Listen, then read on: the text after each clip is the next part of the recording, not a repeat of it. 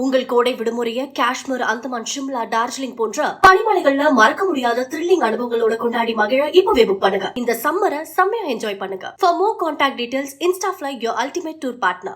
என்னதான் ஒரு நடிகர் நடிச்சாலும் ஃபெமிலியரான பாக்குற சார்ல சார் நடிச்சா கூட தேட்டர்லாம் கிடைக்க மாட்டேங்குது. திரையரங்கெல்லாம் போக மாட்டாங்க. அதை பத்தி என்ன நினைக்கிறீங்க? இப்போ ஒன்றும் இல்லை, நீங்கள் மட்டும்தான் பிஸியாக இருந்துட்டு இருக்கிறீங்க. உங்களுடைய டைம் தான் கிடைக்கவே மாட்டேங்குது. இப்போ 17, 19 வந்து இல்லைங்க, நீங்கள் பிஸியாக இருக்கிறது ரொம்ப சந்தோஷமாக இருக்குது. ஆனால் என்னன்னா, நீங்கள் இவ்வளோலாம் பிஸியாக இருக்கிற அளவுக்கு படங்களும் வந்து ஓடணும் இல்லையா? அதுக்கு வந்து என்னென்னா தேட்டர் தட்டுப்பாடுங்கிறாங்க, வியாபாரம் தட்டுப்பாடுங்கிறாங்க, அப்புறம் வந்து கோடிகளை மட்டும்தான் அதை நம்பிட்டு படம் எடுக்கிறாங்க. இதெல்லாம் என்னன்னு சொன்னோம்னா, இன்னைக்கு காலையில் கூட ஹெட்லைன் ஏதோ ஒரு பத்திரிகையில் வீக்லி மேக்சின்ல எதுலையோ சினிமா வந்து எவ்வளோ கீழே போயிட்டு இருக்குதுங்கிற மாதிரி ஹெட்லைன் போட்டிருந்தாங்க. ஒரு 3-4 படத்தை தவிர்த்து வேறு எந்த படமே ஓடலை தன்னால் எடுத்ததில்லை அப்படின்னு சொல்லிட்டு. அதனால் தேட்டர்கள் இதெல்லாம் வந்து எல்லாம் சங்கங்கள் தான் 3-4 சங்கமாக ஆகிட்டுருக்கு. ஒவ்வொன்றும் இந்த சங்கம் 2 சங்கம், அந்த சங்கம் 2 சங்கம் அப்படின்னு சொல்லி ஆகிட்டுருக்க ஒழிய சினிமா எடுக்கிறதுக்கு முதல்ல கொஞ்ச நாளைக்கு முன்னால் கூட ஓடிடி அப்படின்னு சொன்னோடனே அது ஏதோ ஹாட் கேக் மாதிரி எல்லோரும் நினச்சிக்கிட்டு சந்தோஷப்பட்டுக்கிட்டு இருந்தாங்க. இப்போ கடைசியில் பார்த்தா ஓடிடி வந்து தேட்டரில் நீங்கள் போட்டு வாங்க அப்புறம் பார்த்துக்கலாம் அப்படின்ட்டாங்க போலுக்கு. அதனால் இப்போ அதுவும் பிரச்சனையாக உட்காந்துட்ருக்காங்க. அதனால் இந்த சினிமாக்களில் பொதுவாகவே சினிமாக்கே சோதனையாக தான் இருக்குது. இதுக்கு நடுவில் என்னென்னா, நல்ல படங்கள் எடுத்தால் நீங்களும் நல்லா எழுத முடியும். ஸோ படங்கள் நல்லா எடுக்காமல் வந்து நீங்கள் அதை பண்ணுங்கள் இதை பண்ணுங்கள் அப்படின்லாம் சொல்லி கேட்டுருக்கிறதுல பிரயோஜனம் இல்லை. அப்புறம் அதே மாதிரி படங்கள் எடுக்கிறதுக்கு இப்போ சித்ரா சொன்னார்ல, கதை ஒன்றும் இல்லாமல் வந்து என்ன காசு போட்டு பண்ணாலும் அது வந்து அதனால் எந்த விதமான யூஸும் வந்து வந்துட போகிறதில்ல. ஸோ எல்லாருமே ஒரு காலத்தில் வந்து புதுமுகங்கள் இப்போ வந்து முதல்ல யார் நடிச்சிருக்கான்னு சொல்லி கேட்டு தான் பேச ஆரம்பிக்கிறாங்க. எல்லோரும் முதல் நடிக்கும்போது மட்டும் எப்படி இருந்தாங்க? எல்லாருமே எல்லாம் தெரிஞ்சவங்களாக இருந்தாங்க. அதனால் புதுமுகங்களுக்கு வந்து இந்த மாதிரி ப்ரொடியூசர் எங்கள் வெளியூர்லேருந்து வந்து இங்கே நம்மளை நம்பி தமிழகத்தில் வந்து படம் இருக்கான்னா அதுக்கு மற்றவங்க எல்லாருடைய சப்போர்ட்டும் நல்லா இருந்தால் நல்லாயிருக்கும். அதனால் நீங்கள் சொல்கிற தேட்டர் ப்ராப்ளம் எல்லாம் சங்கத்தில் கேட்க வேண்டிய கேள்வி என்ன கேட்டீங்கன்னு தெரியாது.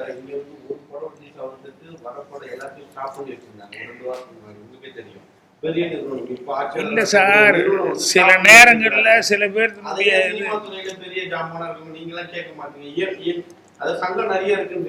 இல்லை சார், சங்கம் தான் கேட்கணும் சார். இது வந்து தனிப்பட்ட ஆளு சித்ராவோ நானோ போய் தனியாக பேசணும். நாங்கள் மேடை கிடைச்சா இப்படி பேசுவாங்களுக்கு கஷ்டமாக இருக்குதுன்னு அதை தான் பேச முடியும்.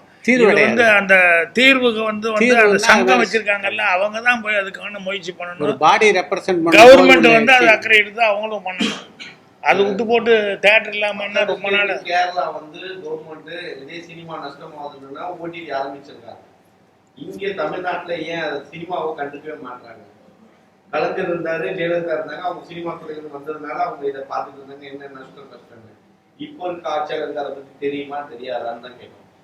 ஏன் நீங்களாம் போய் சொல்லக்கூடாதா? இப்ப இருக்கிற ஆட்சியாளர் சினிமா துறை மேல கவனம் செலுத்து அப்படின்னு சொல்ல முடியாதுங்க. ஒரு மிகப்பெரிய திரைப்படம் அவங்களும் சினிமால இருந்து வந்தவங்க, துணை முதல்வர் சினிமா நடிச்சு அவங்களுக்கு தொடர்பு.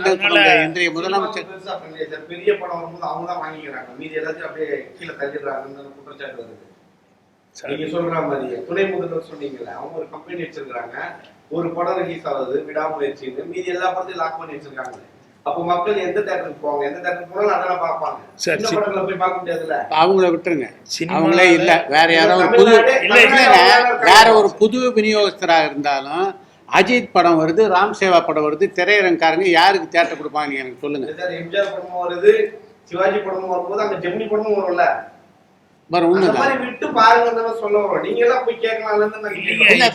அந்த மாதிரி படங்களுக்கு எல்லாம் வந்துட்டு தான் இருக்குது. அதனாலதான் ரப்பர் பந்தெல்லாம் ஓடுது இல்ல.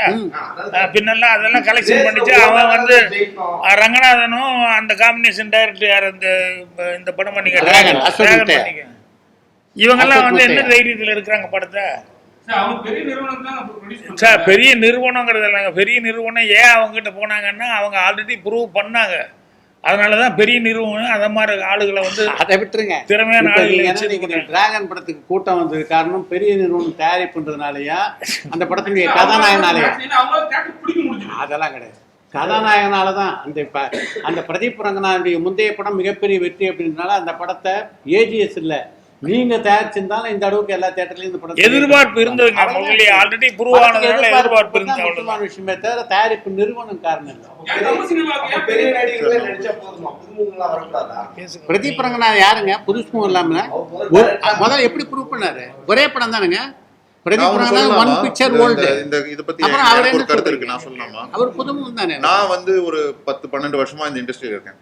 நான் இதுல பார்த்ததுல எல்லாமே வந்து நல்ல படம் நல்ல கதையா இருந்துச்சுன்னா ஓடிடுது. ஓகே, அதுக்கு வந்து நீங்க வந்து வாய்ப்பு கிடைக்க மாட்டேங்குதுன்னு சொல்றீங்க தியேட்டர்ல ஓடுறதுக்கு. எனக்கு தெரிஞ்சு வாய்ப்பெல்லாம் கிடைக்குது. இப்போ எங்க படம் ஒரு சின்ன படம் தான். நாங்க வந்து போய் ஒரு தியேட்டர் ரிலீஸ்க்காக பேசும்போது யாருமே நோன்னு சொல்லலை எங்ககிட்ட. எல்லாருமே நாங்க பார்த்து சொல்றோம்னு சொல்றாங்க. ஆனா வந்து எல்லாராலையும் ஒரு நாளைக்கு 5 ஷோ கொடுக்க முடிய மாட்டேங்குது, 3 ஷோ கொடுக்க முடிய மாட்டேங்குது. ஏன்னா அவ்வளவு படங்கள் வருது. இந்த வீக்கெண்ட் வந்து 10 படம் வருது. எல்லாமே சின்ன படங்கள் தான் நீங்க சொல்ற மாதிரி. ஒரு பெரிய படமும் வரல. நீங்க பெரிய படம் வந்து ஒரு பெரிய கம்பெனி வாங்கி அவங்க ரிலீஸ் பண்றதுனால எல்லா தியேட்டரும் எடுத்துக்கிறாங்க கிடையாது. அவங்க எல்லா தியேட்டரும் எடுத்துக்கிறது கிடையாது. அவங்க வச்சிருக்காங்க, நம்மளுக்கும் கொடுக்குறாங்க. படம் நல்லா இருந்துச்சுன்னா ஓடிடுது. இப்போ சொல்ற மாதிரி லப்பர் பந்துன்னு ஒரு படம் இருந்துச்சு, நல்லா ஓடிச்சு. ஏன்னா கதை நல்லா இருந்துச்சு, வாழை நல்லா இருந்துச்சு, ஓடிச்சு. அதே மாதிரி அது கூட வந்த 10 படம் எங்க உங்களால பேர் சொல்ல முடியுமா? முடியாது. ஏன்னா மக்களே வந்து ஒரு கருத்து வச்சிருக்காங்க. இப்படி படம் பார்த்துட்டு ஒருத்தன் வந்து நல்லா இருக்குன்னு சொன்னான்னா அதை கேட்டுட்டு இன்னொருத்தங்க போய் பாக்குறாங்க. அப்படியே ஹிட் ஆகுது படம். எங்க படமும் அப்படி வரும்னு எனக்கு ஒரு நம்பிக்கை இருக்கு. ஏன்னா அந்த படம் இந்த படமும் அந்த மாதிரி ஒரு நல்ல கருத்து வச்சிருக்கோம், நல்ல கதை இருக்கு. அண்ட் அதுக்கப்புறம் வந்துட்டு இது வந்து ஒரு ஒரு ஒரு உண்மை கதையா இருந்தாலும் அதுல வந்து ஒரு சின்ன ஃபேண்டசி மாதிரி ஒரு ட்விஸ்ட் இருக்கு. நல்ல விஷயங்கள் வச்சிருக்கோம் இந்த படத்துல. ஸோ இப்போ எங்க படமும் ஹிட் ஆகணும்னா அதுக்கு எப்படி பண்றது? உங்களை மாதிரி ஆளுங்க வந்து ப்ரெஸ்ல போடுறது, பப்ளிசிட்டி பண்றது. அது மட்டும் இல்லாம நம்ம தியேட்டர்ல போய் மக்கள் பார்த்துட்டு வெளியே வந்து நம்ம படத்தை பத்தி நல்லா சொல்லும் போது நீங்க அதை எடிட் பண்ணாம கரெக்டா போட்டுருது. அப்படி பண்ணாலே போதும்னு நினைக்கிறேன் நம்ம இந்த இண்டஸ்ட்ரிக்கு. நம்ம அவர் கேட்க வந்தது வேற இல்ல, அவர் அந்த தியேட்டருக்காக நீங்க சொல்றதுங்க. அந்த டாமினேஷன்ங்கிறது ஒரு காலத்து டிஸ்ட்ரிபியூட்டர் கையில இருந்தது, ஒரு காலத்து ப்ரொடியூசர் இவங்க டாமினேஷனா இருக்கும், அப்புறம் தேட்டருக்காரங்க டாமினேஷன், இப்படி மாறி மாறி வந்துட்டு தான் இருக்கும். இப்போ டைரக்டர்களுக்காக அப்படின்னு சொல்லிட்டு ஒன்று இருந்தது இல்லையா? அப்புறம் ஹீரோக்களை பிடிச்சா தான் டைரக்டர் பிடிக்க முடியும்னு வந்தது. அப்புறம் ப்ரொடியூசர்களே பெரிய பெரிய பேனரில் இருக்கிற ப்ரொடியூசர்களே முதல்ல ஹீரோ கிட்ட கதை சொல்லிட்டு வாப்பா, அது ஓகேன்னா எவ்வளோ கோடி வேணாலும் நான் கொடுக்குறேங்கிற மாதிரி அவங்களே கொடுக்க திரும்பிட்டாங்க. எல்லாமே இப்படி இருக்குது. ஸோ அதனால் இன்றைக்கி எல்லாருக்குமே ஒரு தட்டுப்பாடுங்கிறது என்னென்னா ஓரளவுக்கு கொஞ்சம் புரிஞ்சுக்கிட்டாங்க. என்னென்னா கோடிகளை இறக்கிறதுனால கண்டிப்பாக படம் ஓடிட போகிறது இல்லை. நல்லபடியாக வந்து கதை மற்றதெல்லாம் நல்லா இருந்ததுன்னா கரெக்டாக இருக்கும் ஒழிய வேறு பிரம்மாண்டங்கள் அது இதெல்லாம் பண்ணி மட்டும் சர்க்கஸ் பண்ணி ஒன்றும் பண்ண முடியாது அப்படிங்கிறது இப்போ புரிஞ்சுக்கிட்டாங்க. அதனால் வந்து அது ரொம்ப சந்தோஷமாக இருக்கக்கூடிய சமாச்சாரம் என்னென்னா இந்த சின்ன சின்ன படங்கள் எல்லாம் வந்து டக்குன்னு பெரிய ஹிட் ஆகுறதுங்கிறது நமக்கு ரொம்ப ஹாப்பியான ஒரு இதாக இருக்குது. அதுக்கு பத்திரிகைகள் முக்கியமான காரணம். ஒரு நிமிஷம், இந்த முக்கியமான விஷயம் சொல்ல நினைக்கிறேன். இது போன்ற விஷயங்கள்லாம் நம்ம பேசுறதுல ஆட்சேபம் இல்லை. இந்த நிகழ்ச்சி எதுக்காக ஏற்பாடு செய்யப்பட்டதுன்னா எனை சுடும் பனி படத்தை எப்படியாவது மக்கள்கிட்ட கொண்டு போய் நான் ஒரு நிமிஷம் நான் பேசிடுறேன், கொண்டு போய் ஒரு நிமிஷம் சொல்லிடுறேன். இதை கொண்டு போய் சேர்க்கறதுக்காக ஏற்பாடு செய்யப்பட்ட நிகழ்ச்சி. இதில் உங்கள் ஆர்வம் காரணமாக இது போன்ற விஷயங்களுக்கு கேட்டு தெளிவு பெறணும் அப்படின்னு கூட நீங்கள் கேள்விகள் கேட்கலாம். ஆனால் செய்திகளை பிரதானப்படுத்தும் போது எனை சுடும் பணியை பற்றி போட்டு உள்ளே இதை பற்றி போடுங்க, தப்பில்லை. ஆனால் இதை வந்து தலைப்புச் செய்தியாக்கி எதுக்காக இந்த நிகழ்ச்சி ஏற்பாடு செய்யப்பட்டதோ அந்த கவன சிதறவு பண்ணலாம். இல்ல அப்படி நீங்க நினைக்காதீங்க. நீங்க அது கூடவே வேற ஏதாவது கேப்ஷன் வச்சுக்கோங்க, இதையும் வச்சுக்கோங்க. இதுக்காக உள்ள வந்து பாப்பாங்க, பாய்க்கராஜ் என்ன சொல்லியிருக்காரு தான் பாப்பாங்க. என்ன சொல்லு பண்ணின்னு ஒருத்தர் வந்து தேட மாட்டான்.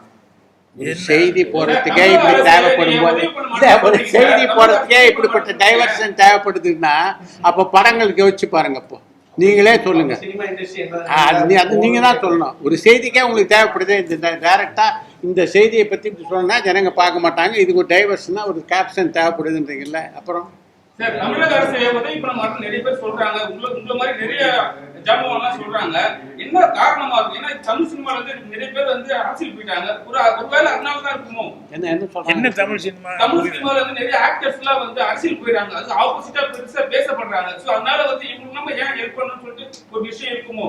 இது வந்து உங்களுடைய போகம், அவ்வளவுதானே சார். அதெல்லாம் நடக்குதுன்னு சொல்றாங்க. சார், தமிழ் சினிமால எத்தனை நடிகர்கள் இப்ப வந்து அரசியல் இருக்காங்கன்னு சொல்லுங்க. எத்தனை பேர் அரசியலுக்கு எத்தனை எந்த காலத்துலயும் விட்டுட்டு அரசியல்ல துறவரமே போட்டாரு. பொள்ளாச்சி சம்பவத்தை வச்சுதான் இந்த படம். இல்ல பொள்ளாச்சினா வந்து நீங்க அதாவது உண்மை சம்பவம் தான். பட் வந்து நீங்க பொள்ளாச்சி நீங்க நினைக்கிற மாதிரி அந்த நிகழ்வுலாம் கிடையாது.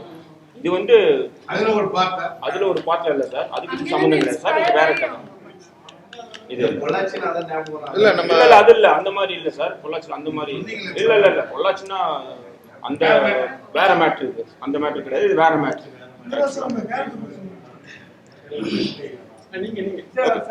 என் பேர் சார் நான் டப்பிங் போகணும், அதை நிறுத்தி வச்சுருக்கேன். சாரி சார் நீங்க பார்த்து